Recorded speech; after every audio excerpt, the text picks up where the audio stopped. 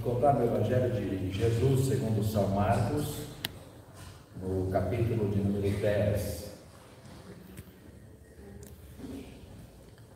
Evangelho segundo São Marcos, capítulo de número 10.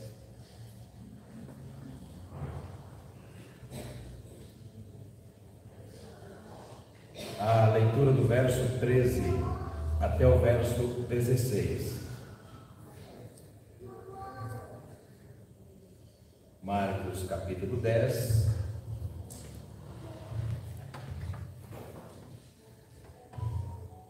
verso 13 ao verso 16. E eu quero chamar a sua atenção para, vamos olhar um pouco e imaginar a partir da cruz de Jesus.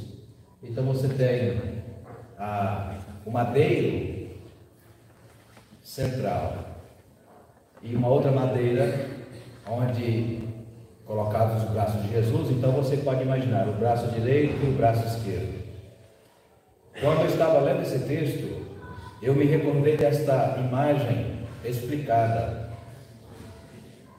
Se você reparar, o texto que nós vamos ler, ele pode fazer no formato da cruz. O texto da esquerda, que antecede o bloco que a gente vai ler, do 13 ao 16, Jesus fala do flagelo do divórcio que sempre as crianças são vítimas. Do outro lado do texto, que ele fala de crianças, ele fala do outro flagelo, que é a ganância do dinheiro. E no meio desses dois momentos, que Jesus abraça a todos, inclusive os divorciados, as pessoas que amam dinheiro, até porque para tentar transformá-las, e no meio dos braços de Jesus está temporariamente os seus braços dirigidos para acolher pequeninos, para acolher crianças. Irmãos, irmãs, mais uma vez, nesta semana, a semelhança do que aconteceu no começo do ano em nosso país, foi difícil segurar as lágrimas, não consegui. Vocês sabem que eu sou chorão, me emociono fácil, mas quando nosso país, no estado de Santa Catarina, aquela tragédia que aconteceu numa escola e que morreram 5 crianças, e alguém ilustrou uma arte, as crianças, Priscila, de mochilas indo para o céu, e eu reproduzi essa mensagem em nosso telão e coloquei no WhatsApp da igreja. A gente fica imaginando, irmãos e irmãs, no lugar de grandes multidões, por exemplo, 25 de março, imagine crianças soltas no meio de multidões. Nós adultos temos dificuldade de andar em lugares que estão repletos de multidões. Imagina as crianças. E eu não quero sensibilizar você. Eu quero que você esteja refletindo comigo sobre o lugar da criança no reino de Deus. Quando Deus coloca na boca do profeta Isaías acerca da mensagem profética do Messias, ele diz assim: do rebento de Jessé nascerá um menino. E no mesmo profeta Isaías ele vai dizer: porque um menino nos nasceu, um filho se nos deu, o príncipe da paz.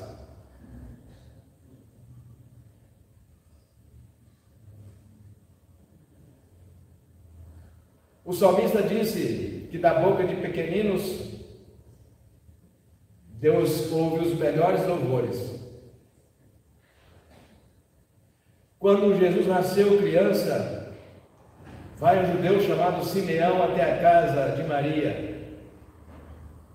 Ergue Jesus, o menino, levanta aos céus e diz assim: igreja, agora eu posso morrer porque os meus olhos viram a salvação.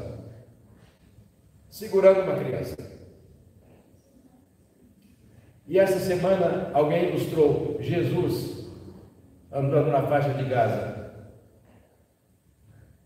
seguido de 2 crianças, uma judia e uma palestina.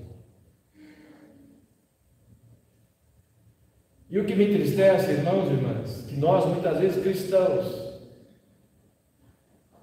desculpa a palavra forte, por ignorância, tomando lados.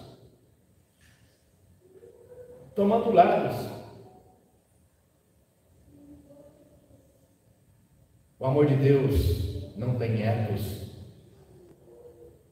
Ethos significa cultura.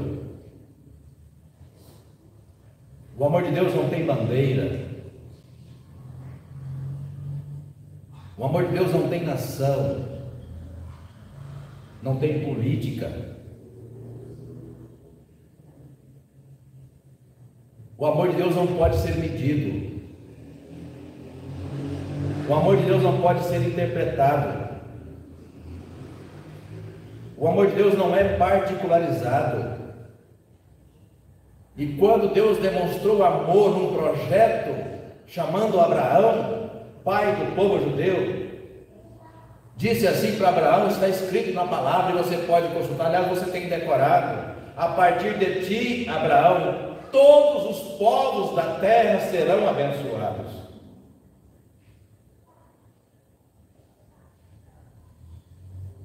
Todas as nações da terra, todas as famílias da terra. Nós temos lados, infelizmente, Deus não tem lado.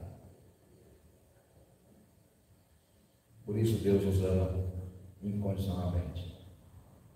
E eu convido você a refletir comigo sobre esse tema, o amor incondicional de Jesus, especialmente pelas crianças. Eu vou começar citando para você uma data, 5 de dezembro de 1496. E eu fui recorrer na história a um tempo bem antigo, para você não lembrar, por exemplo, já que Portugal é Europa, você não lembrar da Alemanha, em 1934, 5 anos antes da guerra, da Segunda Grande Guerra. Porque se você lembra 1934 na Alemanha, Adolf Hitler, eleito primeiro-ministro, com o propósito de devolver, o tema era a Alemanha para os alemães. De novo o nacionalismo. E por que a Alemanha para os alemães?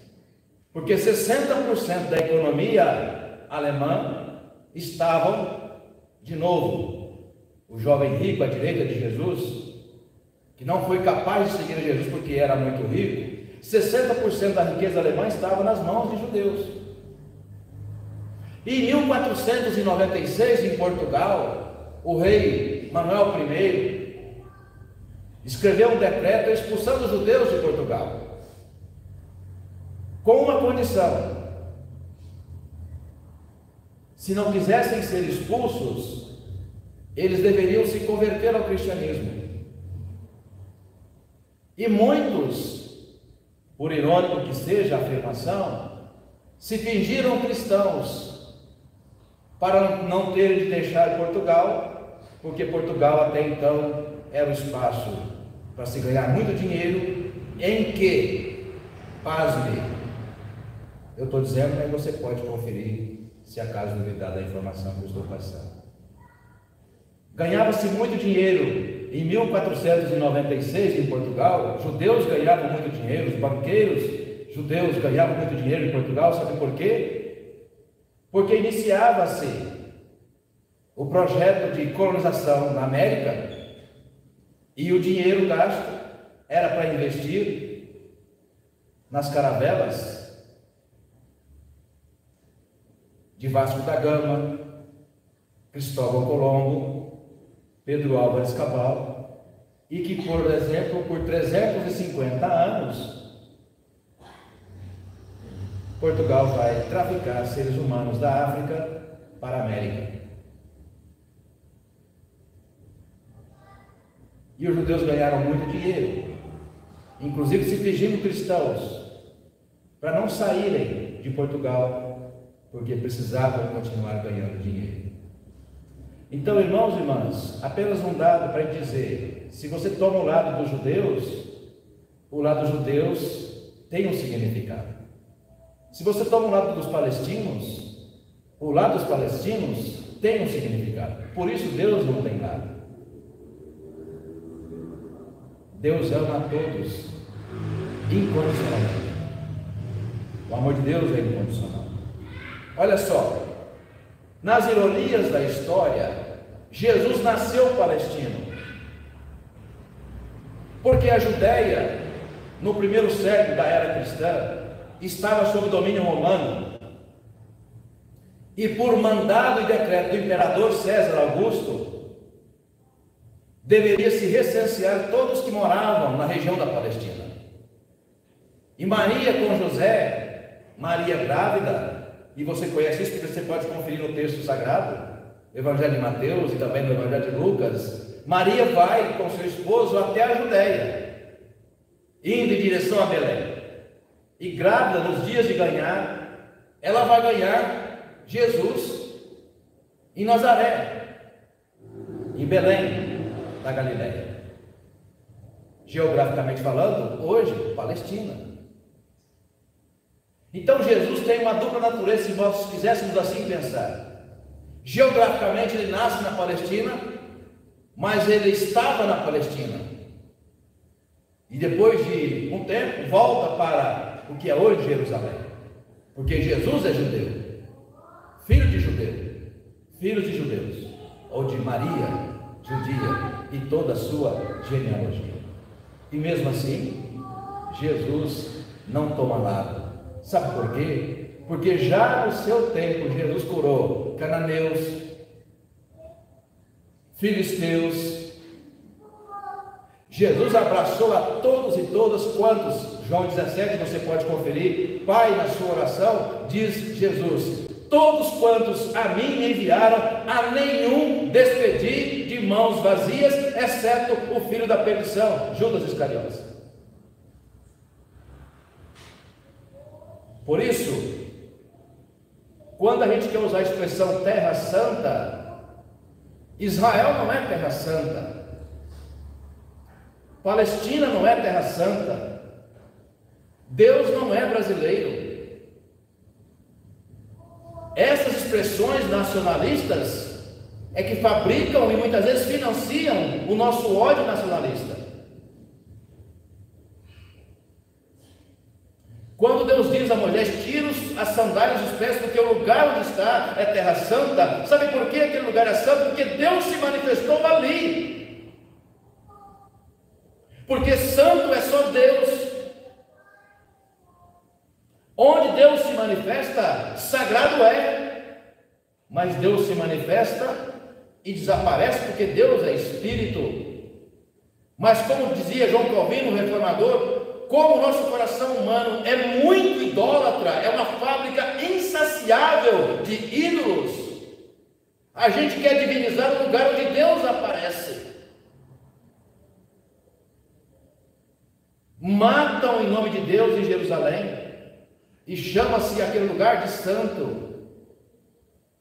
Adora-se os muros do templo, que é a única coisa que restaram lá do ano 70, quando o Império Romano destruiu todo o templo de Jerusalém, pela segunda vez, já que no período alexandrino também havia sido destruído.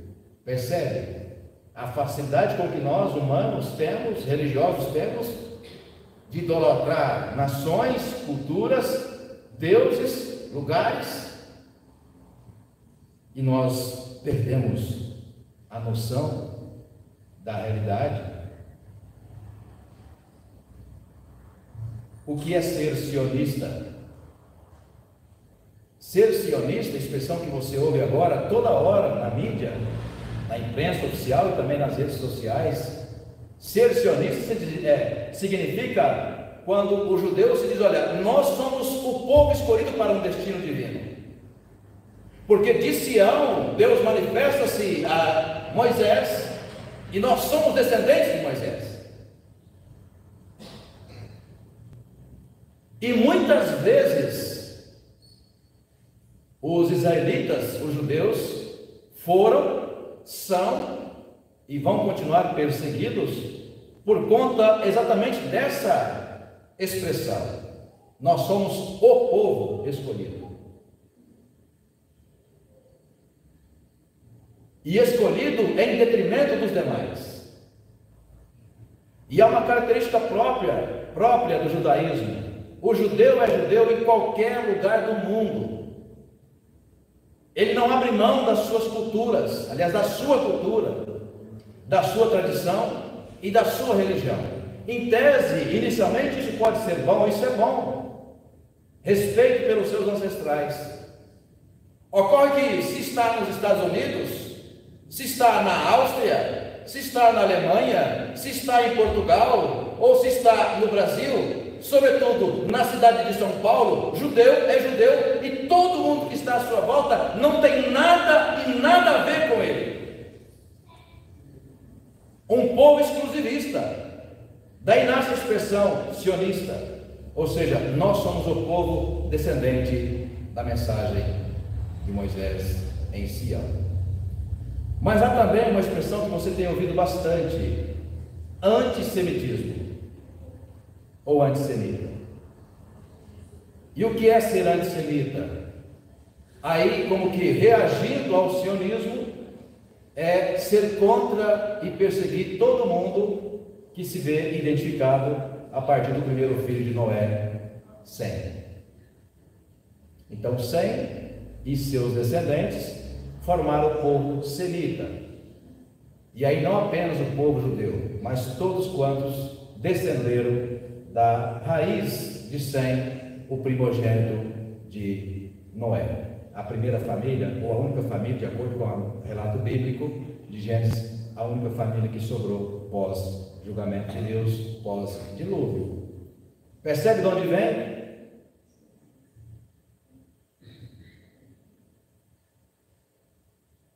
A partir de 1948,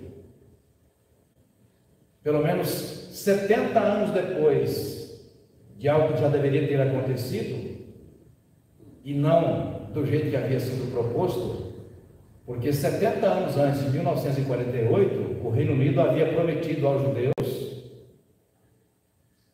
veladamente, de forma antissemita, e eu vou explicar por quê, a organização do Estado de Israel.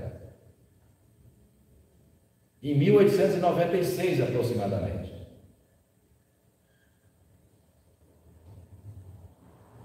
O Reino Unido era dono do que hoje é a região do mundo árabe. E num acordo pós fim do Império Otomano, Turquia e parte do mundo árabe, com o fim desse Império Otomano, os ingleses, junto com os americanos, vão propor de modo velado uma forma antissemita de se livrar dos judeus. Ou seja, criando um Estado judaico, a gente vai ter tanto um aliado quanto judeu deve estar em Jerusalém. Percebe? Judeu tem que estar em Jerusalém. E por que os judeus não tinham a terra? Porque lá no século 6, 7 antes de Cristo, começaram a ser expulsos.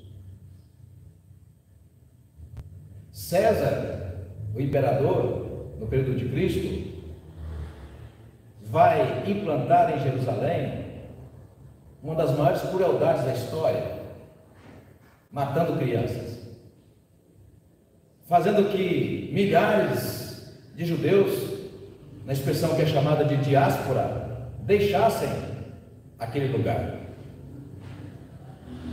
E os judeus espalharam-se por todo o mundo e ganharam dinheiro no mundo todo e aprenderam a fazer política.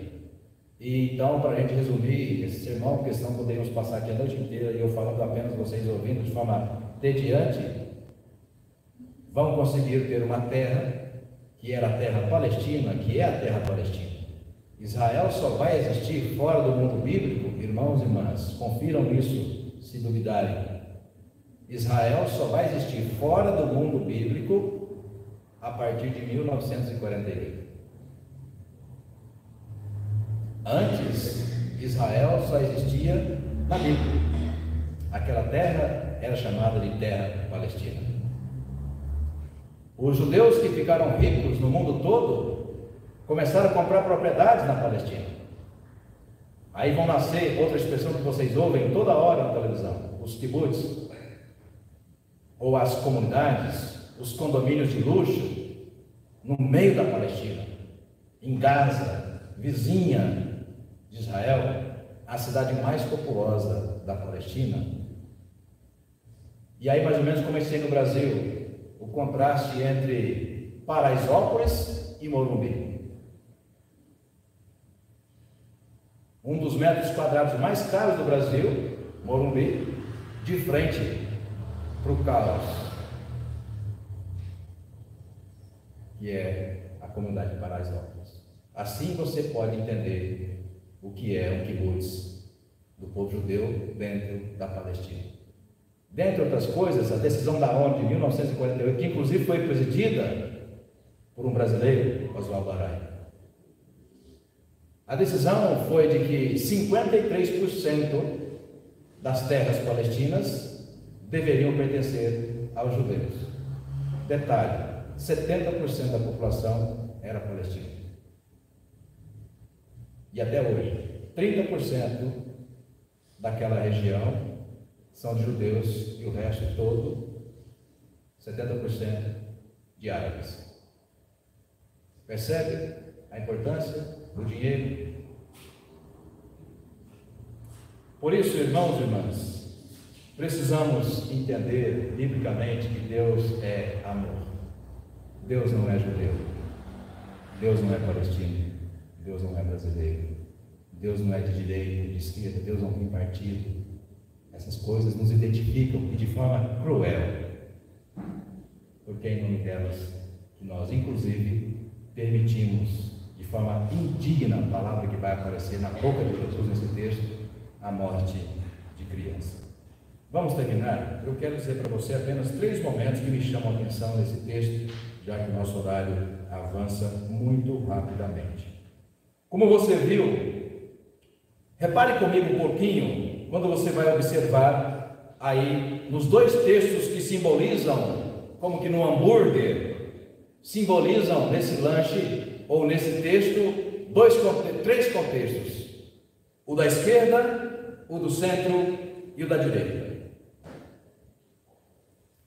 Eu quero dizer para você, querido irmão, querida irmã, que a religião sem amor incondicional torna-se a expressão de Satanás.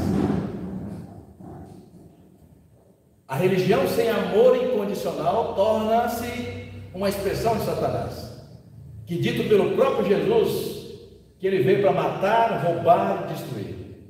Sim, matar, roubar e destruir.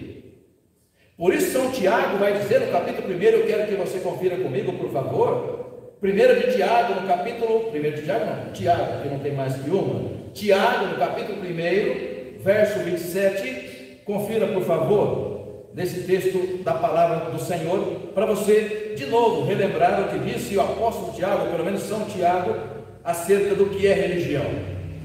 Olha só, e ele usa a expressão pura, ou seja, uma religião desacompanhada do amor incondicional. Você encontrou Tiago 1,27? A religião pura e sem mácula para com o nosso Deus e Pai é esta. 2 pontos, é o que? Visitar os órfãos e as viúvas nas suas tribulações e assim mesmo guardar-se incontaminado do mundo.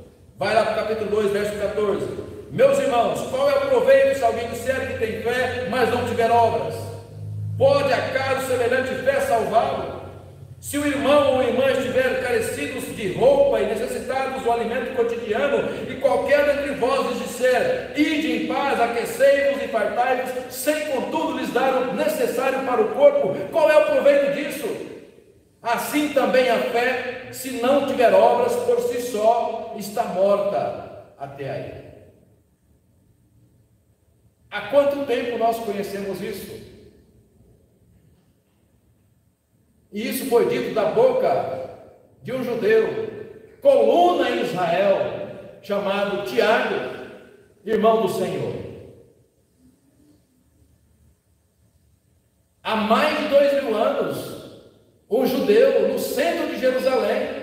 Discípulo de Jesus disse isso.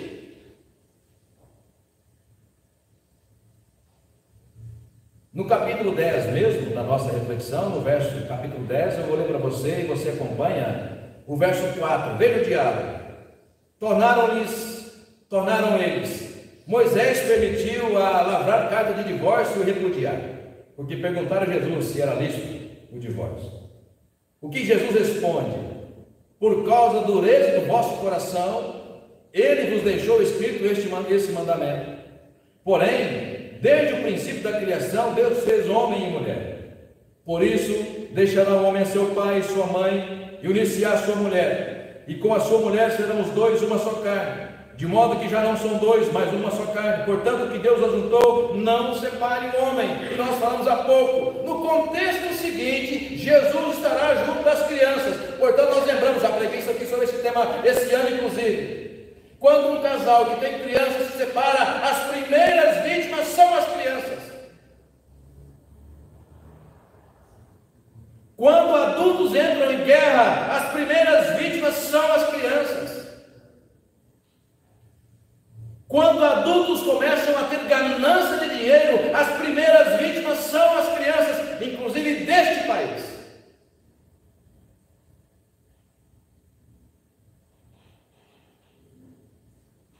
Por isso você está entendendo comigo nessa reflexão que Jesus não toma nada.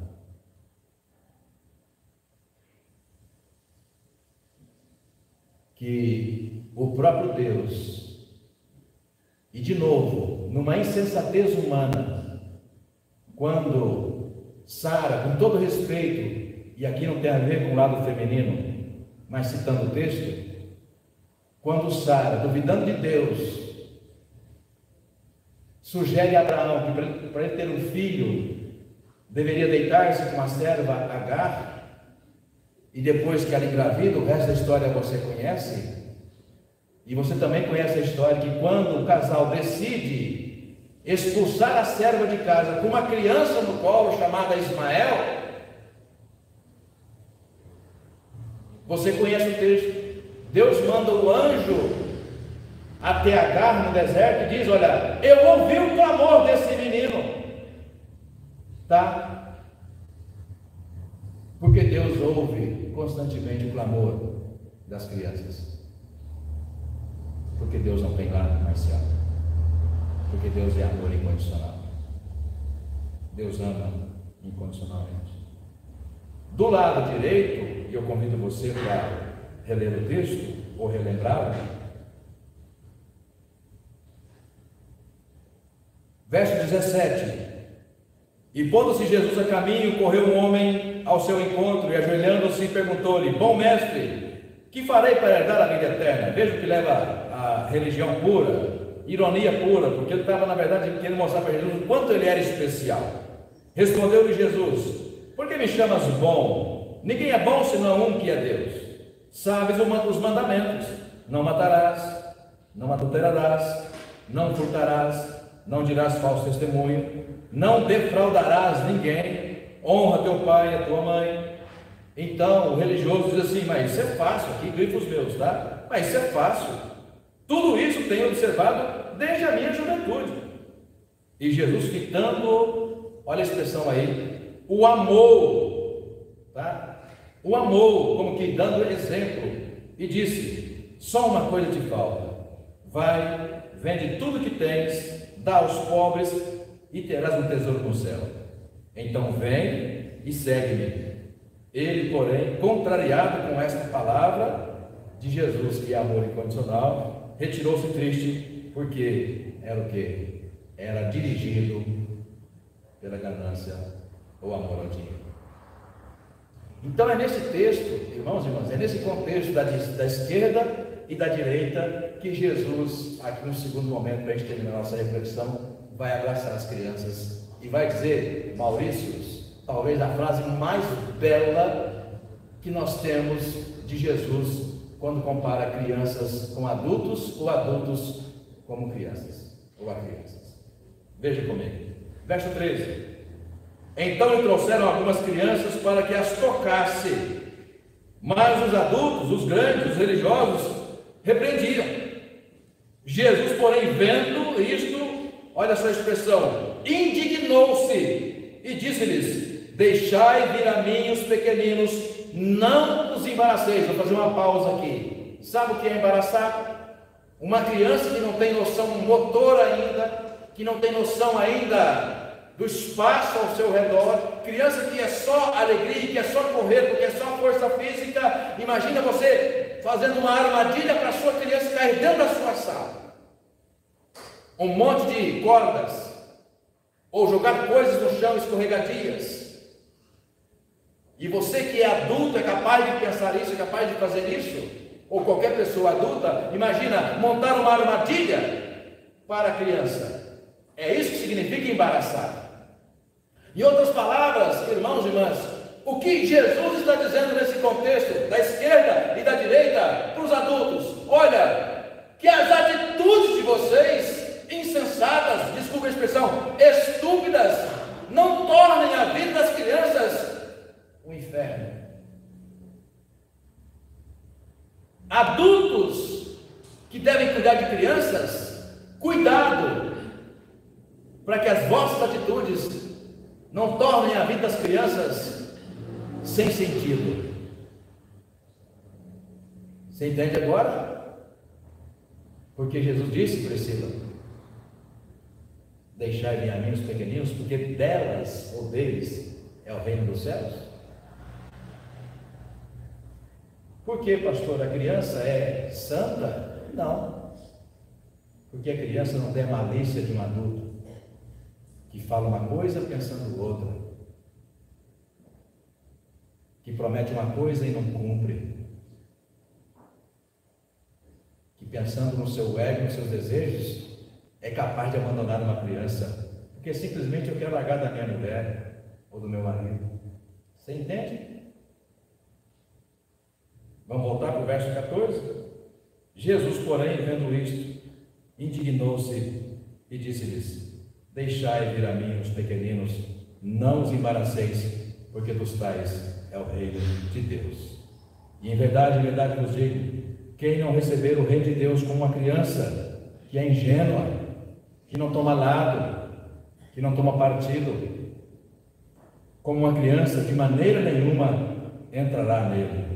Então, olha a expressão linda, tomando-as nos braços, impondo-lhes as mãos, abençoava as crianças.